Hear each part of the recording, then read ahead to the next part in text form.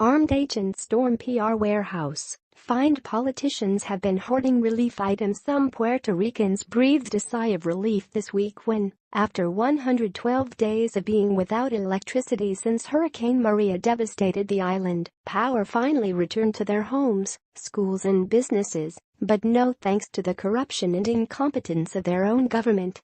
According to The Intercept, federal government officials learned that a massive store of rebuilding materials needed to restore Puerto Rico's electrical grid was being hoarded by the Puerto Rico Electric Power Authority, a state-owned corporation operated by the territory's government.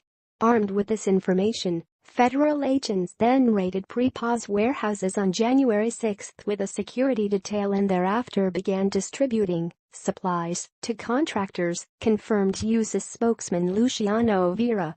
Among the materials recovered so far are 2,875 pieces of critical material to contractors along with the sleeves of full-tension steel, a component of Puerto Rican electrical infrastructure required to erect new power lines, The Intercept reported, quoting Vera.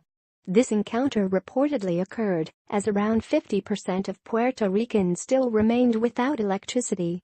Now fast forward to Wednesday, when power finally began to flow in the Academia Bautista de Puerto Nuevo in San Juan, spurring cries of joy from teachers and students alike. The Washington Examiner further notes that by Wednesday, 83% of the Puerto Rico Electric Power Authority customers had power. Talk about a big improvement, and again, no thanks to the local government's extraordinary incompetence. But it gets worse.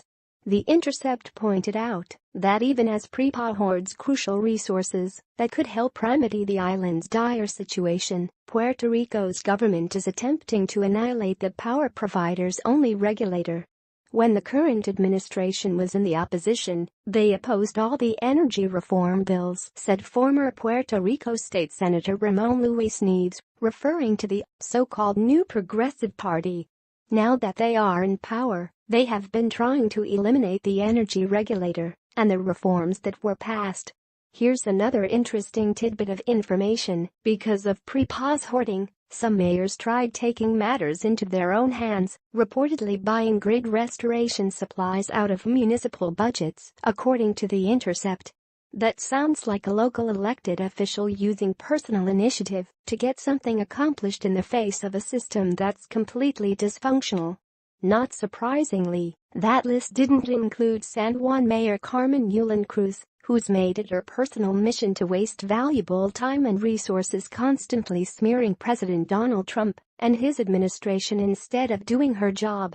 Except that if it weren't for the Trump administration's raid last week, the kids at the Academia Bautista de Puerto Nuevo would likely still be without power, and again, no thanks to Cruz, the New Progressive Party and every other corrupt official in Puerto Rico.